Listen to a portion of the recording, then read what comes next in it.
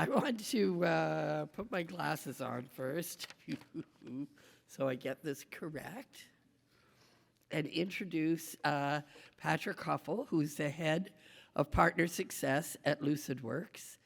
He is a seasoned technologist and leader specializing in generative AI, cloud, enterprise search, knowledge management, and data intelligence. With extensive consulting and professional services experience across diverse industries, he brings innovative solutions to the market. His passion lies in transforming various data types into relevant, actionable insights for decision-making and service delivery. Please welcome Patrick, who's going to talk to us about amplifying KM, unleashing the possibilities with generative AI. Give him a clap. Thank you, Patrick. Thank you. Good morning, and thank you. Thank you, John and David, for the great stuff that you brought this morning. And also, I want to call out Sandra and Kim, who delivered some fantastic content yesterday morning on the importance of connection. So I want to tell you a story this morning about human connection. My wife and I really like to swing dance. And if you know swing music at all, you will know that Benny Goodman's Sing, Sing, Sing is about as good a tune as there is to swing to. Maybe you know. Anyway, so the story goes, it was our first anniversary, and we were celebrating it in Tucson, Arizona, with my wife's sister and her husband. So recalling our wedding day, we put on some Benny Goodman, and we're dancing in my sister-in-law's fairly small living room.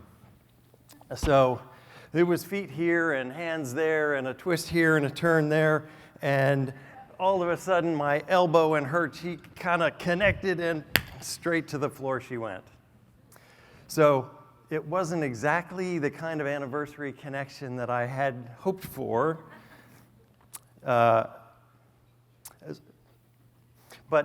I'll tell you the rest of the story in a minute. Before we get to that, I have a very brief little exercise that I'd like to do. So it's called the neighbor game. Hold up your name badge, turn to someone next to you, and when I say go, turn to someone next to you, and it's fine if you already know them. Read their first name, and then the goal is simply to say hello, and then say their name. But make eye contact and smile. Now, you're all getting ahead of me, but that's okay.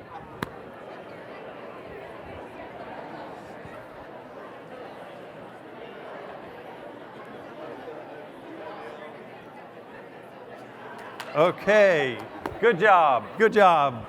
Bring it back in, bring it back in. So congratulations, you've made a real human connection.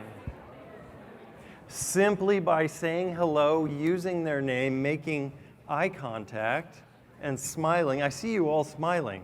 There's this little happy feeling of oxytocin that just you all gave each other, and it's a good, happy feeling. So what does this have to do with generative AI and amplifying knowledge management? Well, think for a moment about why it is that you do that voodoo that you do so well.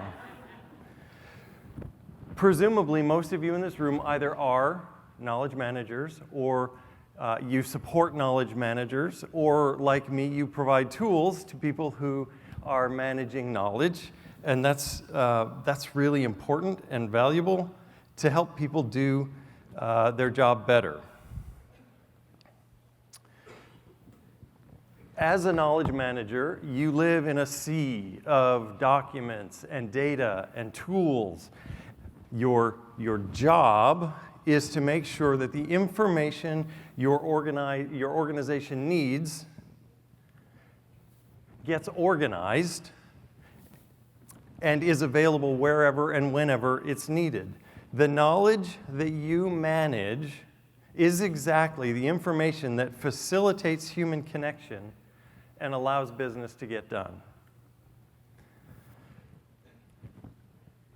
So it's it's the data that allows people to connect, and it is the connection that makes the work worth doing. So how does this work? When people are well connected to other people, they are happy and fulfilled.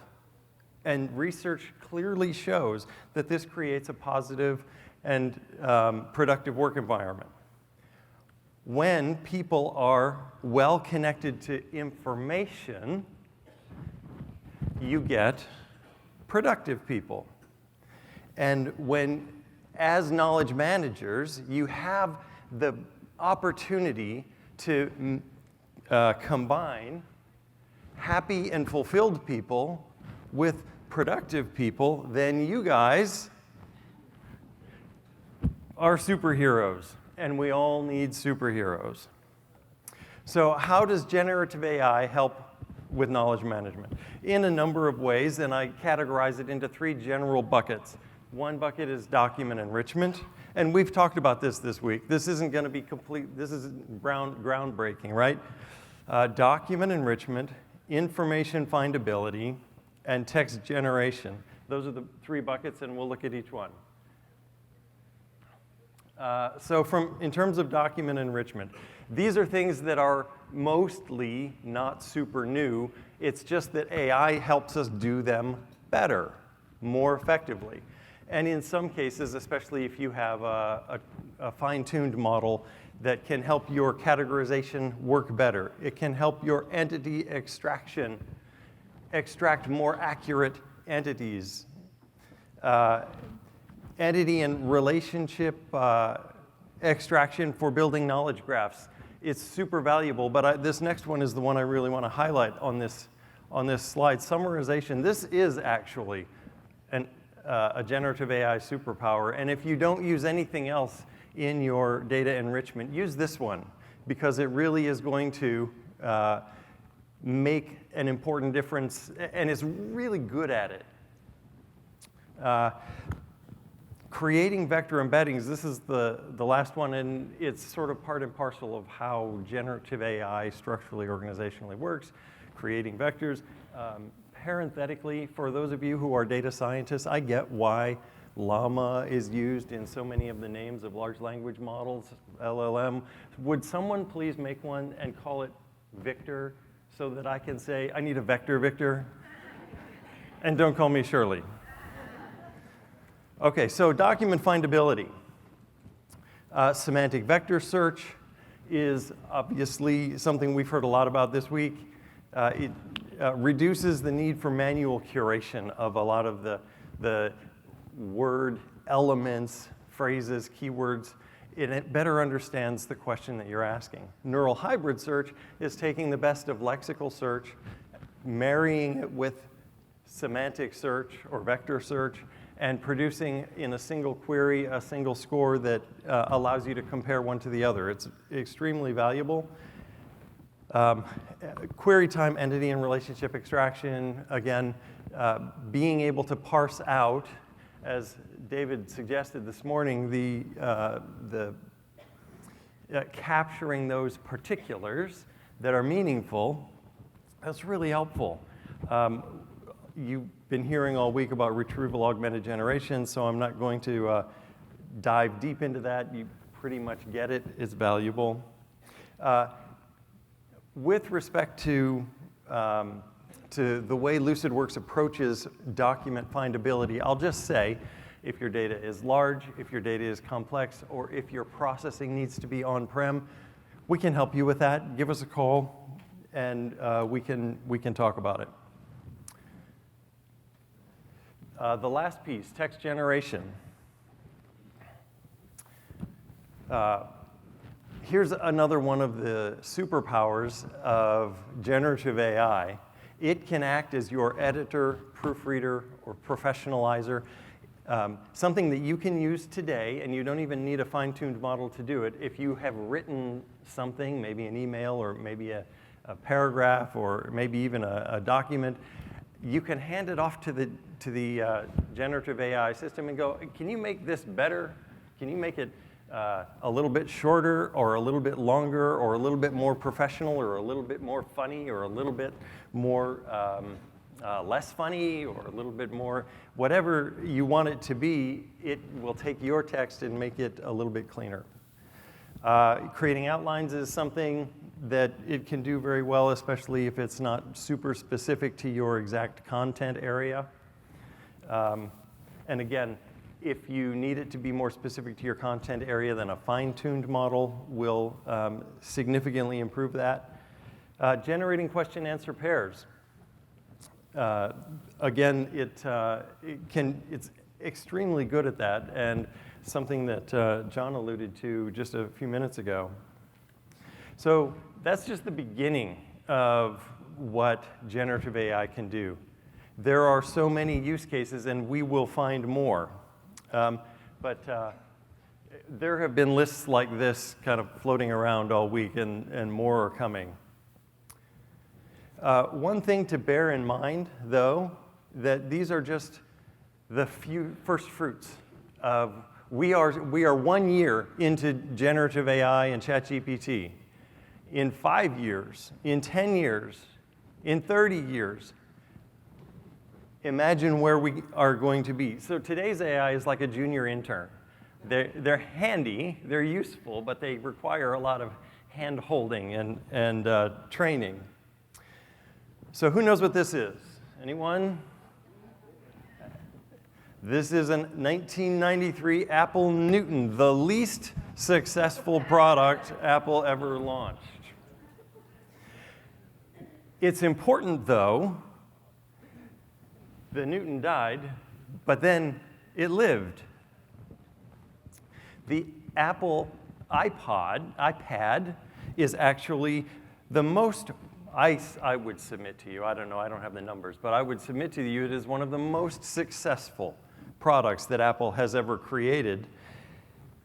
It actually owns the tablet market in a way that the iPhone does not own the smartphone market.